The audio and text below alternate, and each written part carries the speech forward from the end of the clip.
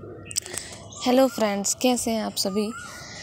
आज हम बात करेंगे विलियम ब्लेक की पोएम द डिवाइन इमेज। चलिए देखते हैं विलियम ब्लेक कौन थे। विलियम ब्लेक एक रोमांटिक एज के पोएट थे और उनका जन्म हुआ था 1757 में और उनकी डेथ हुई थी 1827 में। और उनके कुछ फेमस वर्क्स हैं। उन्होंने songs of innocence and songs of experience लिखा था। सॉन्ग्स ऑफ इनोसेंस में वो उन चीज़ों के बारे में बताते हैं जो अच्छी होती हैं और अच्छाई के बारे में बताते हैं। और सॉन्ग्स ऑफ एक्सपीरियंस में वो जो समाज की बुराइयां हैं उनके बारे में बताते हैं। उनके और भी बहुत सारे फेमस वर्क हैं, जैसे कि the marriage of heaven and hell, the four Zoas. इस तरह से उनके बहुत सारे वर्क हैं। चलिए हम अपनी पोएम पे आते हैं। ये सॉन्ग्स ऑफ इनोसेंस में पब्लिश हुआ था द डिवाइन इमेज इन 1789 में। और इसमें 20 लाइन्स की पोएम है जो 5 क्वार्टर्स में डिवाइड की हुई हैं। चलिए फ्रेंड्स, स्टार्ट करते हैं हम अपनी poem the divine image. To mercy, pity, peace and love all pray in their distress. तो फ्रेंड्स, यहाँ पे पोएट कहता है मर्सी, पिटी एंड पीस, यानी कि जब हम सभी डिस्ट्रेस में होते हैं या दुखी होते हैं तो हम लोग क्या चाहते हैं, किसके लिए प्रे करते हैं। मर्सी के लिए, पिटी के लिए यानी दया, शांति और प्यार के लिए हम प्रे करते हैं। And to these virtue of delight return their thankfulness. और जब हम इनके प्रे करते हैं और जब ये सभी क्वालिटीज़ हमें मिल जाती हैं, mercy, pity, peace and love, तो फिर हम बहुत ज़्यादा थैंकफुलनेस होते हैं, यानी कृतज्ञ हो जाते हैं भगवान के लिए और बहुत ज़्यादा खुश होते हैं, डिलाइट होते हैं। For mercy, pity, peace and love is God our father dear. वो कहता है पोएट कि mercy, pity, peace and love ये गॉड ही है, आवर फादर डियर जो हमारे पिता भी हैं। And mercy, pity, peace and love is man his child and care. Friends, poet यहाँ पे बहुत गहरी बात बताता है। वो ये कहता है कि पिटी, मर्सी और पीस और लव ये सभी केवल गॉड की क्वालिटी नहीं बल्कि एक इंसान के अंदर भी यही क्वालिटी है, इसलिए वो भगवान के बराबर है और उसका चाइल्ड भी है, क्योंकि उसे ये क्वालिटी भगवान से ही मिली है, गॉड से मिली हुई है।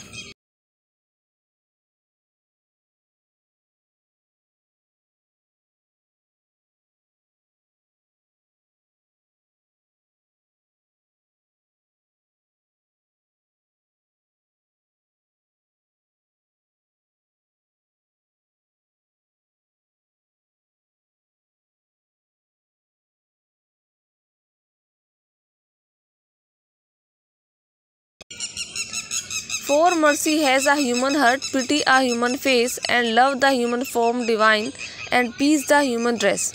तो फ्रेंड्स, यहाँ पे इन्होंने सभी क्वालिटी जो बताई हुई थी उसको बताया कि वो ह्यूमन में किस तरह से रहते हैं, ह्यूमन फॉर्म में किस तरह से है। तो मर्सी जो होती है वो इंसान के हार्ट में होती है, दया भावना। पिटी होती है उसके फेस पे होती है, क्योंकि फेस के कारण ही वो लोगों पर दया कर पाता है, अपने फेस से लोगों को देखकर। And love the human form divine and peace the human dress. और कहता है जो लव है वो बताता है कि जो ह्यूमन है वो डिवाइन है, यानी कि एक इंसान एक केवल मटेरियल ही नहीं है बल्कि स्पिरिचुअली भी बहुत ज़्यादा है, डिवाइन है उसकी क्वालिटी, क्योंकि उसके पास लव है। And peace the human dress, और एक ह्यूमन की ड्रेस जो होती है, सच्चे इंसान की ड्रेस, वो पीस होती है, यानी कि वो हमेशा शांत रहता है, किसी भी सिचुएशन में वो कभी भी दुखी नहीं होता, हमेशा शांत बना रहता है, ये उसकी ड्रेस है। The every man of every climb that praise in his dress. कोई भी इंसान है किसी भी जगह पे है, वो केवल दुखी में इन्हीं चारों चीज़ों को प्रे करता है, यानी गॉड, पीस, मर्सी, लव। इसके अलावा यदि हम जब सोचते हैं कि एक इंसान को पैसा चाहिए या कुछ और चाहिए, लेकिन यदि हम उसके मूल में देखें, यदि हम उसको ध्यान से देखें तो वो 4 चीज़ों के लिए प्रे करता है। तो कहता है कि कोई भी इंसान है किसी भी जगह पे रहता है लेकिन वो मांगता है इन्हीं 4 चीज़ों को, इन्हीं के लिए प्रे करता है। Praise to the human form divine, love, mercy, pity, peace. और वो एक इसमें फ्रेंड्स पोएट ने जो डिवाइन फॉर्म दिया है ह्यूमन का, यानी कि उस गॉड के लिए ह्यूमन फॉर्म बोला है कि वो डिवाइन गॉड है, वो एक ह्यूमन के फॉर्म में है, यानी कि एक इंसान के रूप में आया है। Love, mercy, pity and peace, और उसके अंदर क्या क्या क्वालिटी है? Love, mercy, peace, pity. तो फ्रेंड्स हम यहाँ पे देखते हैं कि जो कृष्ण थे उन्हें भी भगवान का रूप ही माना जाता है, लेकिन वो एक इंसान के रूप में आए थे। तो ह्यूमन फॉर्म दिया हुआ है उसने कि जो डिवाइन है वो एक हमारे पास ह्यूमन फॉर्म के रूप में आता है। फ्रेंड्स नेक्स्ट पैराग्राफ में जो पोएट कहता है वो बहुत बहुत बड़ी बात है, यदि हम उसे माने तो शायद हमारा लाइफ भी चेंज हो सकती है। And all must love the human form in heathen, Turk और ज्यू।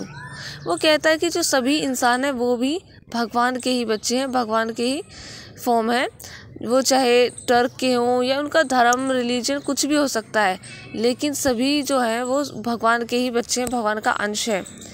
Where mercy, love and pity dwell, there God is dwelling too. वो कहता है कि यदि किसी इंसान में मर्सी, लव, पिटी और पीस ये सभी क्वालिटी हैं तो वो उसके अंदर भगवान का वास होता है। ड्वेलिंग माने होता है वास होना, यानी रहना, और भगवान उसी में वास करते हैं, यानी कि ऐसा इंसान जिसके अंदर सभी क्वालिटीज़ होती हैं उसे भगवान के रूप में माना गया है, और उसके बोला गया है कि हमें हर इंसान को लव देना चाहिए, प्यार करना चाहिए। फ्रेंड्स हम ये देखते हैं कि पोएट ने किस तरह से एक ह्यूमन फॉर्म के अंदर सभी क्वालिटीज़ को बताया है, और उन्होंने किसी भी रिलीजियस को जो है नाम नहीं लिया, लेकिन उन्होंने बताया कि हर रिलीजियस में केवल एक ही जो मैटर होता है, जैसे कि लव, पीस, मर्सी। आप यदि सभी धर्मों में देखें तो सभी धर्मों के मूल में यही पाए जाते हैं। आपको ये पोएम कैसी लगी मेरे को कमेंट करके ज़रूर बताइएगा। Thank you.